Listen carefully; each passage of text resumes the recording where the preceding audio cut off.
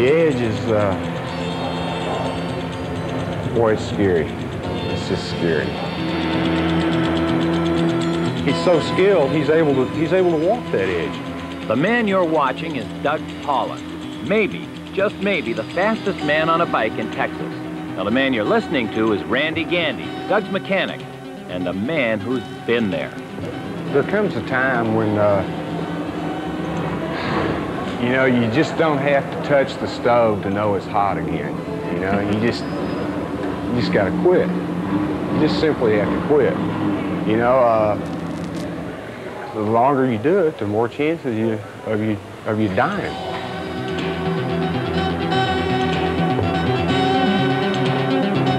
He's tuned for it. He's prepared for it, you know. He accepts the fact that at any given moment something could go south on him. I'm a little in awe. I mean, I'm a little staggered.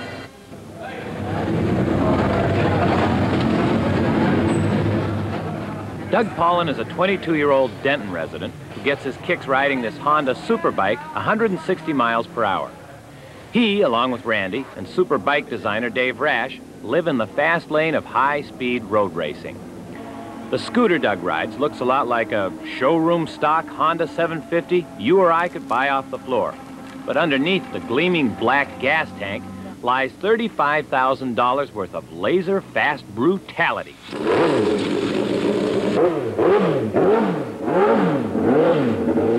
Randy and Dave virtually live inside the small four-cylinder engine. It churns out over 125 horsepower every time Doug cranks the throttle, enough to achieve warp drive quicker than the Starship Enterprise. But in the lightning-quick world of road racing, even this is not enough. The megabuck factory teams of Yamahas and Suzukis continue to dominate the races, and Doug has yet to win a big event.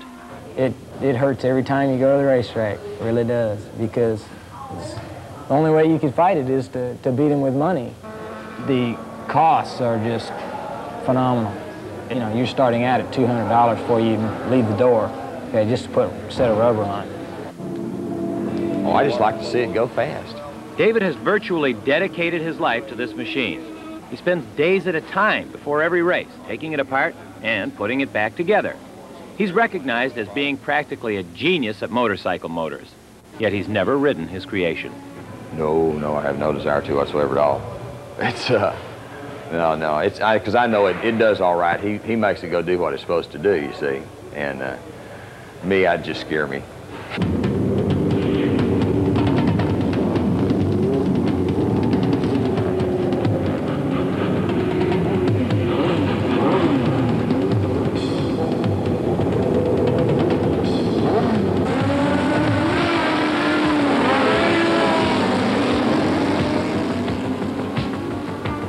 Lack of fear? No, I wouldn't say I have a lack of fear. I'd say maybe I have a control of fear. I know the consequences of what could happen. I know the risk. I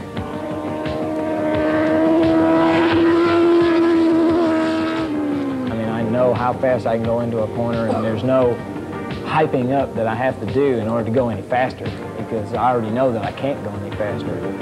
I have wrecked fairly seriously at Henderson. That was one of those occasions in which I went just a little bit too fast and went beyond what I thought the tires would hold.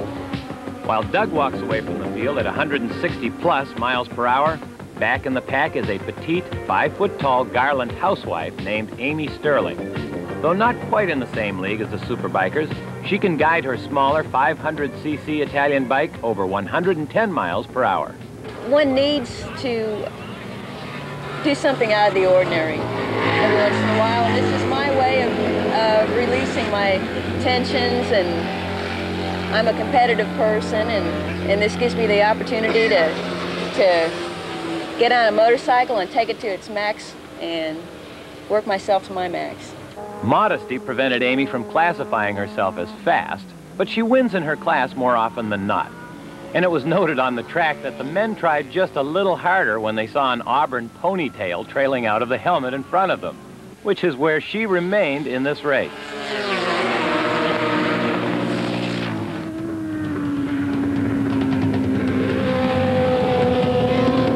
after 8 laps of this 12-lap dash, Doug has had to taper off of his torrid pace.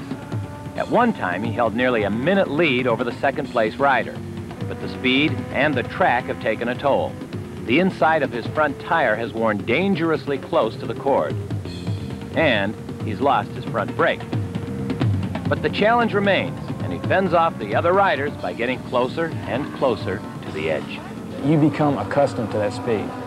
That speed then becomes a kind of a normal, like driving 55 down a highway, you know.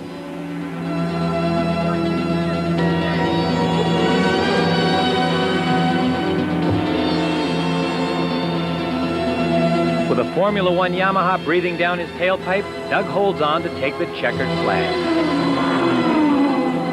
There's no winner's circle or champagne, no kiss from the Queen. Just a slow ride back to the garage where the damage will be assessed. And plans will be made for the next race, a race that, hopefully, will draw Doug ever closer to that coveted #1 plate that adorns the machine of the fastest man on 2 wheels.